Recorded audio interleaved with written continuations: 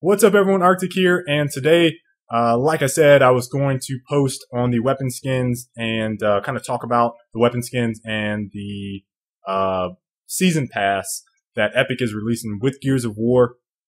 Going to give kind of like my personal thoughts on it. I didn't really ask specifically a whole lot of information about why it was done or the plans for it or anything like that. So everything is just based off of what I've read already, and I'm just giving my personal thoughts on it. So if you guys aren't aware, the season pass, I believe it's 2,400 Microsoft points. It'll be available on September 20th, which is the day of the launch.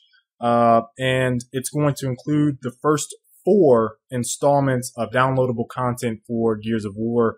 And you're supposed to save, I believe the number is 33% total savings for buying the pass, which gives you access to the downloadable content, and which will be like maps and maybe different stories and stuff like that, as well as the liquid metal skin, which I hope would be unlocked the first day. The first installment is going to be available in November. I imagine it will include some maps. Don't know how many. I don't know what else is going to be on there. I think characters is the other one. I'm not sure. Now, with the weapon skins, there are 22 weapon skins that have their own set packs. I guess I can name them all. I really don't want to, but I'll go ahead and do it anyway. The Garish, Arctic, Camo, Desert, Digital, Desert Camo, Deadly Cute, which I imagine is the pink one, Child's Play, Blood, Electric. I've seen that in a few videos. Flower, Haze, Emulsion, Rainbow. That sounds pretty funny. Team Pulse. I don't know what that would be. Oil Slick, Ocean, Thunderstorm, Team Distress, Team Metal, Tiger Stripe, which I have seen. Looks pretty sweet. Jungle Digital, and Tribal and Urgent Digital. Those are the 22 that are, I believe, separate in like their own little weapon packs. There's also going to be 3 that are going to come with DLC. So I already named the Liquid Metal one. The other one is Liquid Green. I believe Skyless has that or had it. That's the Microsoft one. I'm not 100% sure. And the Infected Omen. Those are the 3 that are DLC related. The actual unlocks for the games are for the game itself, which I named in the Weapon Skins episode, episode 26. So the Chrome, Gold, Gold Omen, Crimson Omen, Flame, Onyx, which is all black, and the Team Insignia. So those are going to be the ones available that you can unlock through the game. Not a whole lot, as opposed to what you have to pay for. So my thoughts on it, how I feel about it personally, I don't necessarily like it, but I'm not against it. I do download DLC. I have downloaded all of the map packs. I'm a big time Epic Games supporter.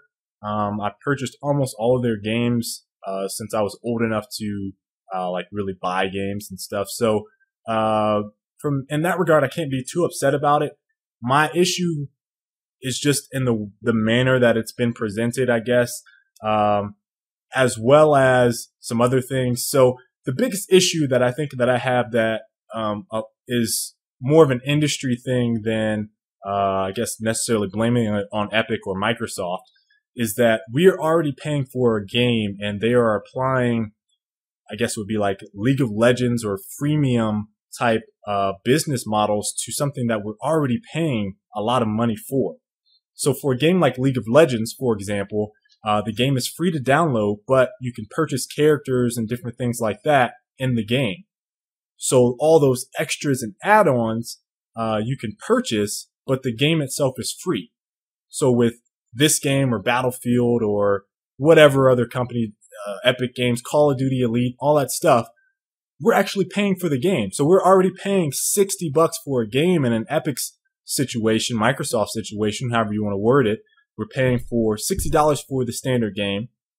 I can't remember what the limited edition is, and then like $100 and something for the Epic edition. And if you buy the Gears of War console for that custom skin, you're paying top dollar for that, plus the game, plus some other stuff. And then they add on the fact that you have to pay for DLC and all that stuff.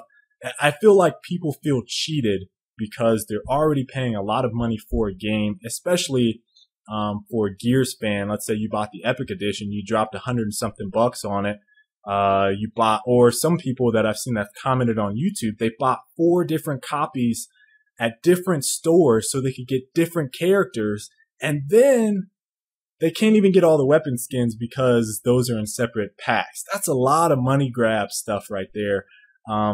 But with that said, and this is what I personally have done, I've decided to cancel my Epic Edition thing, and then I'm going to get a season pass, and I will purchase weapon packs, but I don't feel like spending that much money for the game is necessary. And this is more of a personal choice, guys. I mean, you don't have to buy the DLC. Obviously, a lot of people are upset because it's on disc, and they feel kind of cheated, I guess, that it's on disc and it's not available. I mean, I guess that's just the way the business is going now. But I think the biggest thing that a lot of people need to take away from this is that I think game companies and publishers need to stop doing things like this, because that's more of a freemium based model than a model where you're already paying a lot of money for the game. And I understand there's probably not a lot of margin for Epic. There's not a lot of margin for Microsoft. Actually, I think the publisher gets the most money. So Microsoft is, whatever game disc you buy, I think Microsoft gets the most out of it. I don't know 100% sure, but I believe the publisher gets most of the earnings or profit from the actual game sales.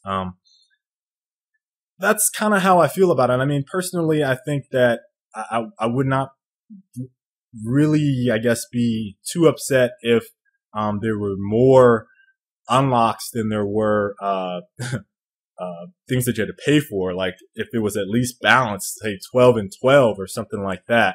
I think a lot of people feel cheated in that regard as well. So I'm not really too bothered by it, because I mean, people are going to buy it anyway if whether or not they disagree with it. Like, I'm not totally against it, but I don't necessarily agree with it. But I am going to buy a few weapon packs that I can, just because I want those specific skins.